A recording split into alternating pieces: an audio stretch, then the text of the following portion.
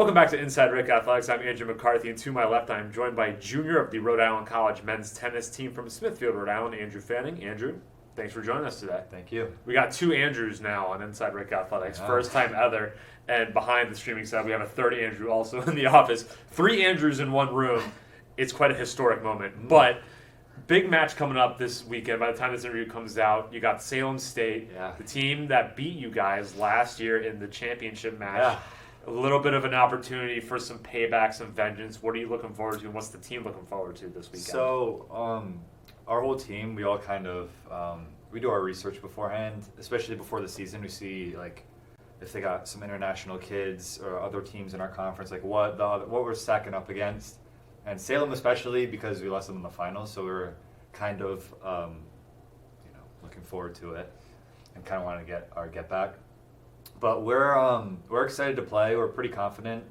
We don't think Salem had a lot of because they had a lot of like super seniors, pretty much because COVID year gives them extra eligibility so they can play. So they had a lot of people who shouldn't have played normally, but so they lost a lot of them, and they were the good one, like a lot of good people. But we have the same exact team. Well, we've added a few like freshmen, but we're confident going into it, and we're confident for like going forward, and we're excited to play. Speaking of freshmen, who are some of these freshmen that have come in and are really starting to take charge and really, I don't know where I'm going with this question. Okay. Speaking of freshmen, who are some of the freshmen who are new to the team who have really just soaked in this entire collegiate experience so far, who are really stepping up their game? So we have Haji. He's a freshman who is like an actual freshman, like in the class too, and he's assimilated very well to like us and kind of like grew, because as a team we kind of are a family. We all like love each other, we're like good friends on and off the court. So he's really kind of like come into it like he was always there. And we have Siraj, who came in, who's not a freshman. I think he's a sophomore, but he transferred in from another school.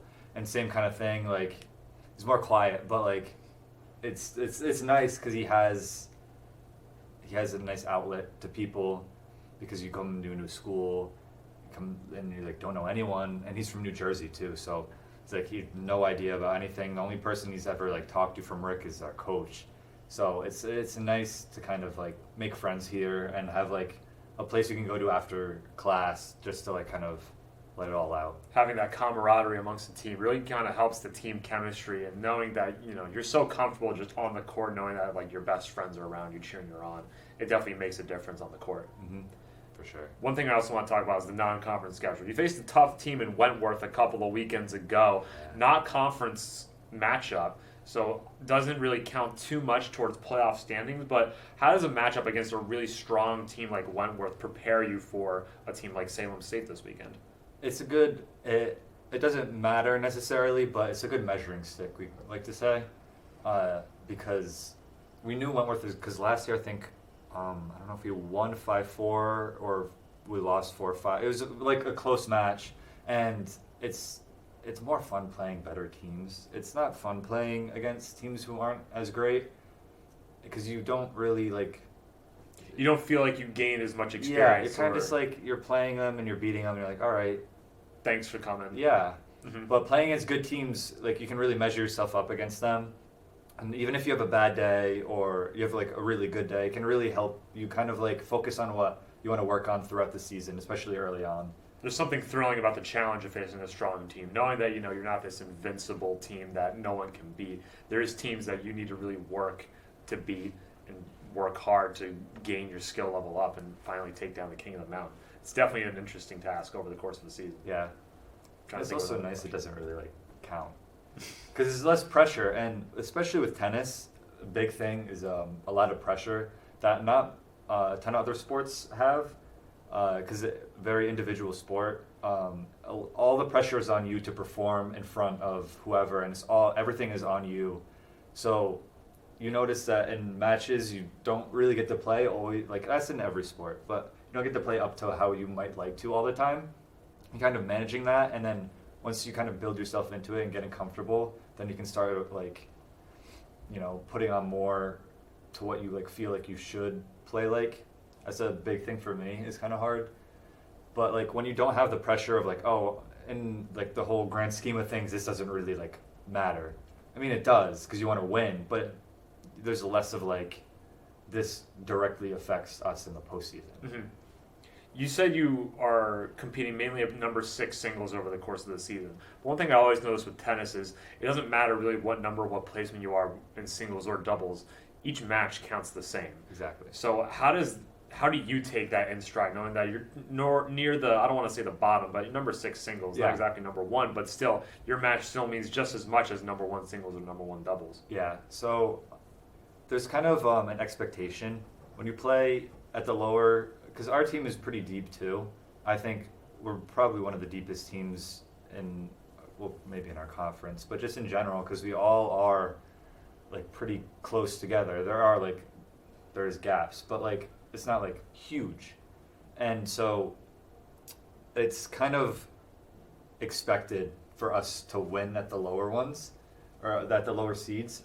And there is a pressure in that, but there's also different pressures in playing higher. So like, because it's hard to like explain. There's a different kind of pressure going into it, but you're expected to win. So you feel that, and you feel like if you don't do that, your team might lose. But it's still like, it's fun kind of like teetering on that edge. Like, not that I'm the reason that we win. No, yeah. But like, even if 1 or 2 singles loses, like, mine still counts. Like, it's not like, if you won 1 singles, it counts as 4 wins. Yeah. And if you win 1 or 6 singles, it's a 1 win. So it's all like, you still feel like you matter. Any given day, it could rely on the number 6 singles, it could rely on the number 2 singles, it could rely on the number 3 doubles. Yeah. You never know. Every person contributes equally over the course of a match. It's one of the things I really like about collegiate tennis as a whole. One last question for you for this interview. Over the course of the fall season, you had one matchup against Salve Regina. How does that really? It's kind of a weird spot to put, considering that men's tennis is primarily played in the spring. When you have one matchup in the fall, and then you don't really compete again until March. What's that like? What was that match in the fall like against Salve Regina, having that one little benchmark? So for us, our coach is a coach for the men and women's team, and we're pretty friendly with the women's team too. So we practice over the fall with them. Well, they like same kind of thing. Like on Fridays we practice like together, but like Monday, Wednesday, Friday we'll have practice in the fall and in our off seasons, just to kind of like keep playing and playing against like each other, and to help the girls in their season to get them better and more like sharp. So it's kind of like, because there's a big like gap between like over the summer if you play, or when you play, you can get a lot better in like the 3-4 months that you have. So it's kind of seeing like where your improvements are at your, like that's probably going to be the worst you're going to be at the season, because it's like you're coming back after like 4 months and you haven't played in a while like on the team, and kind of like seeing where you're at there. So it's a little weird just because like it's just like there, but it's kind of just like it's a nice match to kind of get everything going and kind of get your tennis like brain working and your body kind of moving. Andrew, thanks so much for your time. That's all the time we have for today. Best of luck this week against Salem State and the rest of the course of the season. Thank you. And thank you for watching this episode of Inside RIC Athletics. I'm Andrew McCarthy, joined by junior Andrew Fanning of the Rhode Island College men's tennis team from Smithfield, Rhode Island. Joined by Andrew. I'm going to restart the whole thing. Okay. And thank you for watching this episode of Inside RIC Athletics. I'm Andrew McCarthy, joined by Andrew Fanning, Jr. of the Rhode Island College men's tennis team from Smithfield, Rhode Island. We hope to see you next time.